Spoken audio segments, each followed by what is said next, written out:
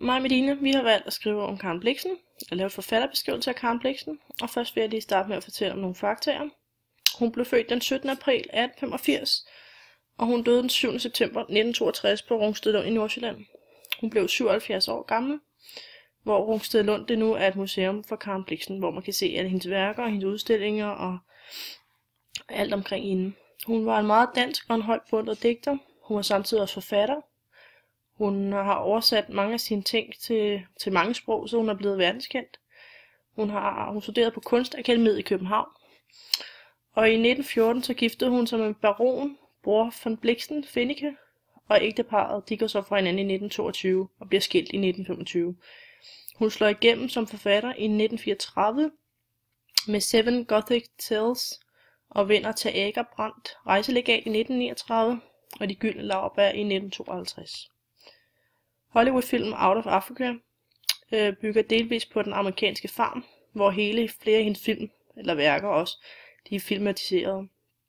Hun drev en kaffefarm i Kenya fra 1913, som så gik konkurs i 1931, og det er der, hvor hun har fået al hendes inspiration fra til alle hendes værker og film og sine, bøger og sådan noget. Hovedstrømningen, det var i det moderne gennembrud, har vi fundet af, som bestrakte sig fra jeg kan ikke lige huske årstallet, jeg har ikke lige stående her, men det er vi hurtigt finde, hvis det er. Hendes familiebaggrund, det er Karen Dinesen, hendes rigtige navn, oprindelige navn. Hun blev født på Rungstedlund i Nordsjælland, som næstældste datter af forfatteren kaptajn William Dinesen og Ingeborg Dinesen. Hun er født Vestenholz fra en familie, der var meget forskellig fra Wilhelm Dinesen herregårdsslægt, mens moren var borgerlig slægt, og faren han var søn af en officer og en godsejer. Ingen i hendes familie var adelige, men flere af hendes familie havde giftet sig adeligt og havde forbindelse til de danske adelsslægter gennem ægtefæller og venskaber.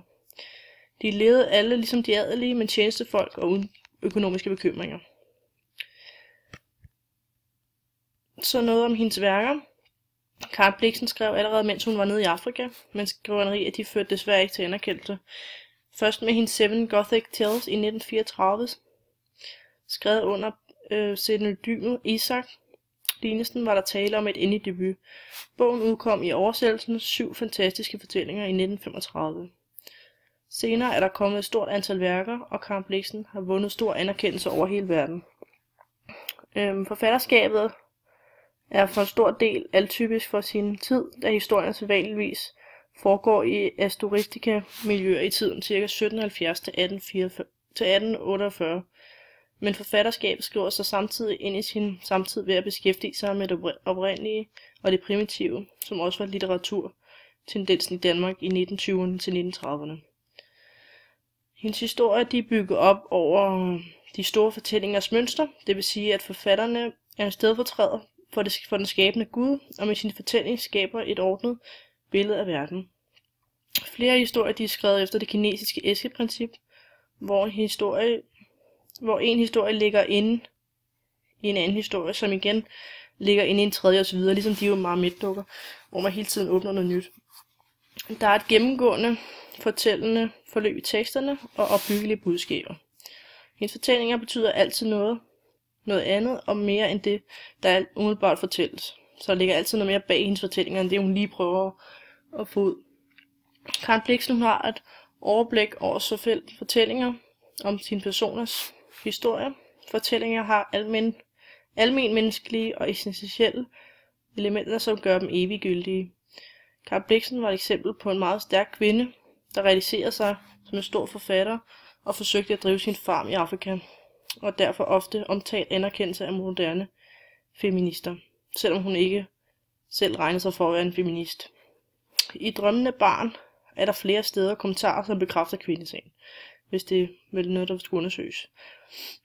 Så har hun lavet en film, der er baseret på hendes fortællinger, eller det har Robert Redford og Meryl Streep, de har lavet en film, der er baseret på hendes fortællinger. Og så har hun også lavet Hollywood-filmen Out of Africa, som blev 1985 blev en verdenssucces. Fortællingen Sorg, Ære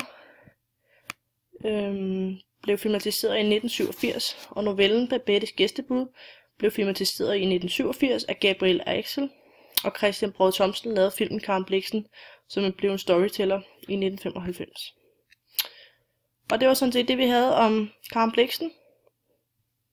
Så jeg håber, det var tilfredsstillende.